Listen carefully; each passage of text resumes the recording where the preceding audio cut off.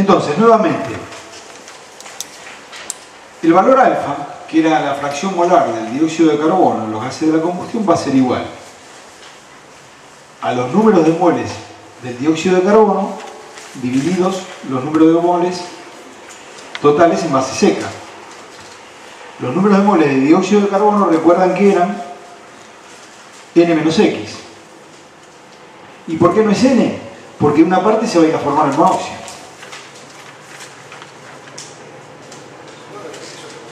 Sí, cómo no. Esta es la ecuación que gobierna el caso de combustión incompleta y exceso de aire. Entendiendo por combustión incompleta, en este caso, la presencia del monóxido de carbono en los gases de la combustión. Entonces, de la totalidad de átomos de carbono que tiene la molécula de hidrocarbono, una parte va a ir a formar dióxido de carbono. Y esta parte genéricamente se denomina N menos X, o sea, el número de moles totales menos el número de moles o átomos, en el caso del carbono, porque es monoatómico, que va a ir a formar el monóxido de carbono. Por eso N menos X. ¿Y qué cantidad de monóxido de carbono se va a formar? X. Bien. Entonces, definíamos la fracción molar del dióxido de carbono como N menos X, que va a ser la cantidad de moles que se transformaron en dióxido de carbono, dividido el número de moles totales en base seca. Esto es lo que nos define alfa, este alfa que ya veníamos hablando en el diagrama de Greger. Después, la fracción molar del oxígeno va a estar dada por los números de moles de oxígeno en los gases de la combustión, dividido el número de moles totales en base seca. Y ahora, en este caso, el exceso de aire, debemos incorporarle el término correspondiente al monóxido de carbono. Entonces, va a ser Z, que era el oxígeno correspondiente al exceso de aire, al oxígeno libre que había en los gases de la combustión, menos el oxígeno que fue a formar el dióxido de carbono, el monóxido de carbono, perdón. Dividido el número de moles estequiométrico, como siempre. Esto es lo que nos define el exceso de aire para este caso de combustión.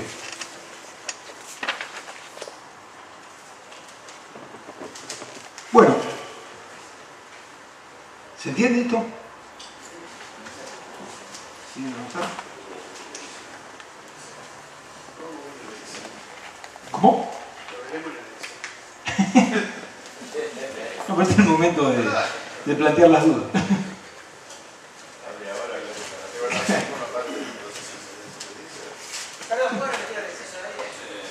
Claro, el exceso de aire, tenemos por un lado, siempre es el cociente con relación al estequiométrico. El estequiométrico siempre va a ser N más M sobre 4, donde N es el número de átomos de carbono, M es el de hidrógeno, y en el numerador va a entrar el oxígeno que se incorporó en exceso, menos el oxígeno que fue a formar el monóxido de carbono. Fíjense que el dióxido de carbono es carbono-oxígeno 2. En cambio, el monóxido de carbono es carbono-oxígeno, con lo cual por eso aparece este 2.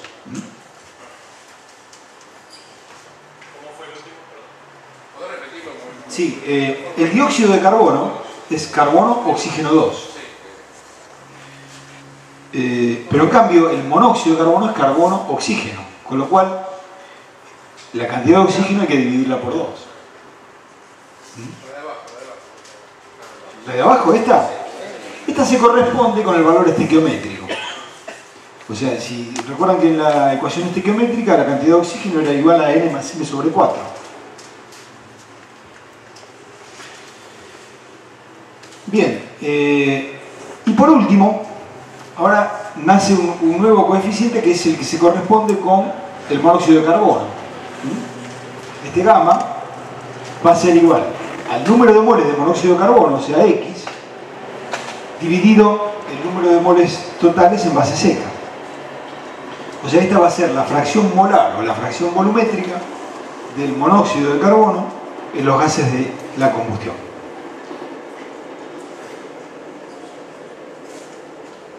Entonces, si reemplazamos todos estos valores definidos anteriormente en la ecuación que nos define el número de moles totales en base seca, o sea, en esta ecuación, si metemos todos estos coeficientes que definimos recién, llegamos a una relación que es esta. Fíjense que si el monóxido de carbono fuese cero, ¿cuánto valdría gamma? Cero. Quiere decir que todo este término se haría cero. ¿Y en qué caso estaríamos? En el caso de Grevel. O sea, es la recta que vimos antes de la pausa, que definía la recta de Grevel.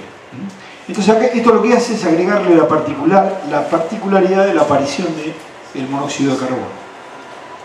O sea, todo este término de la sumatoria representa la aparición del monóxido de carbono. Y esta parte sería la correspondiente a la combustión completa.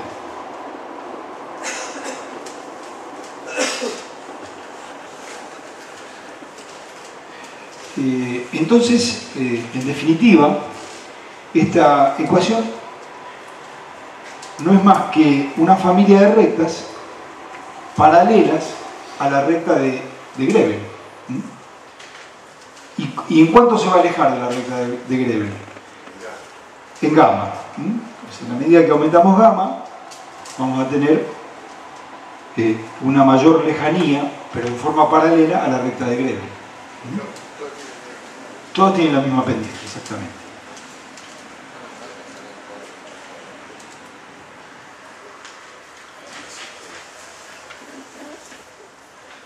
Bien, bueno, entonces acá aparece graficado nuevamente la concentración de oxígeno en función de la la concentración de dióxido de carbono en función de la concentración de oxígeno. Acá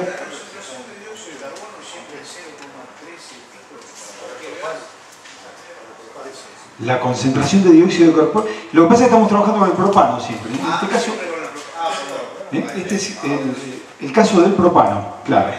Entonces, nuevamente acá tenemos la recta de la combustión completa o recta de Grevel, que en ese caso la concentración de monóxido de carbono, ¿cuánto va a ser?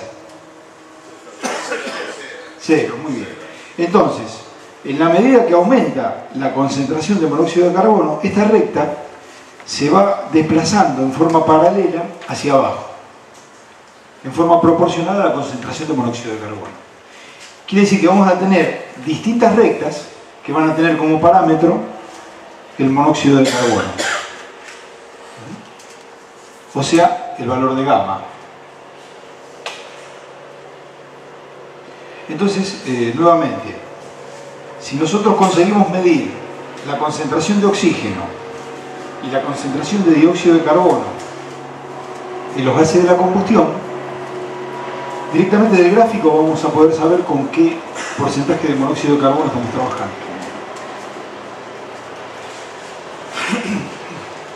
Y nuevamente, la combustión esperada siempre se encuentra en este punto, donde el monóxido de carbono es cero y el exceso de aire también es cero. Recuerden que esto representaba los distintos casos de exceso de aire, de alguna manera, porque es la concentración de oxígeno en los gases de la combustión.